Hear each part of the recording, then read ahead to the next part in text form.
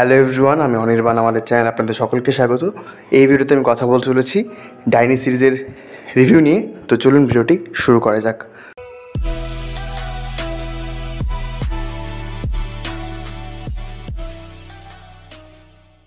তো প্রথমত আমি আপনাদের কাছে ক্ষমা চেয়ে নিচ্ছি যে আমার একটু দেরি হয়ে গেল এই সিরিজটা দেখতে। সব কটা এপিসোড মিলিয়ে মাত্র 2 ঘন্টা 18 মিনিটের একটা সিরিজ, তাও দেরি হয়ে গেল। তো আমি যদি এক লাইনে রিভিউ করি এই সিরিজটা, তো এটা হইচইয়ের খুব ভালো একটা কাজ। এবং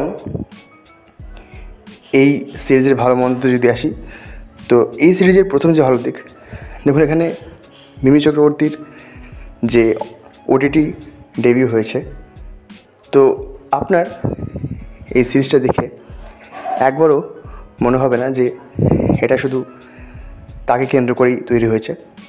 এই সিরিজে যে মূল গল্প, যে ডাইনি কনসেপ্ট, যে এখনও বহু গ্রামে ডাইনি অপবাদে অনেক মহিলাকে পুড়িয়ে মারা হয়, তো সেই কনসেপ্টে এই সিরিজটা হয়েছে এবং সেই কনসেপ্টে কিন্তু ঘোরাফেরা করেছে।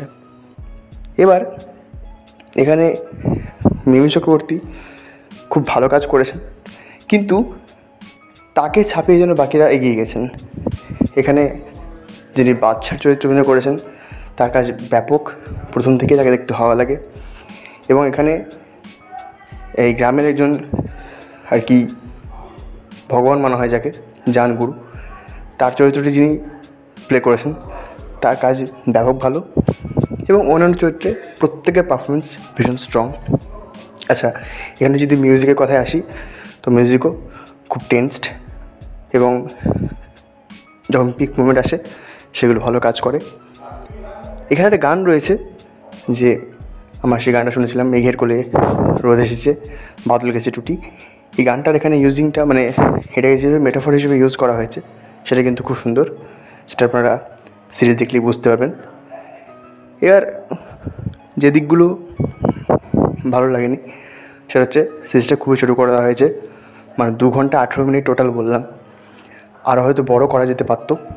এবং এখানে সিরিজের যে এন্ডিংটা, শেষ এপিসোডটা, সেটা বড় তাড়াহুড়ো করা হয়, যার ফলে মাঝে মাঝে মনে হয় যে আরও হয়তো জমাতে পারত, আরও টেনশন হয়তো হতে পারত। এই মোমেন্টে টেনশনগুলো এখানে পিকে ওঠে না, বা যে সিনগুলো এসেছে সেগুলো প্রপার, মানে আরও ভালোভাবে এক্সিকিউট করা যেতে পারত, সেটা হয়নি বলে আমার মনে হয়। তো বাংলার এখন ওটিটির যা দশা, মানে হইচইয়ের যা দশা, সেই নিরিখে এটা ভালো কাজই বলা যায়।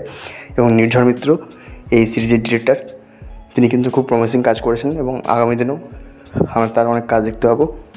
তো এই ছিল আমার রিভিউ। ভিডিওটি ভালো লাগলে লাইক করুন, কমেন্ট করুন, শেয়ার করুন, আর আমাদের চ্যানেলটি অবশ্যই সাবস্ক্রাইব করুন। ধন্যবাদ।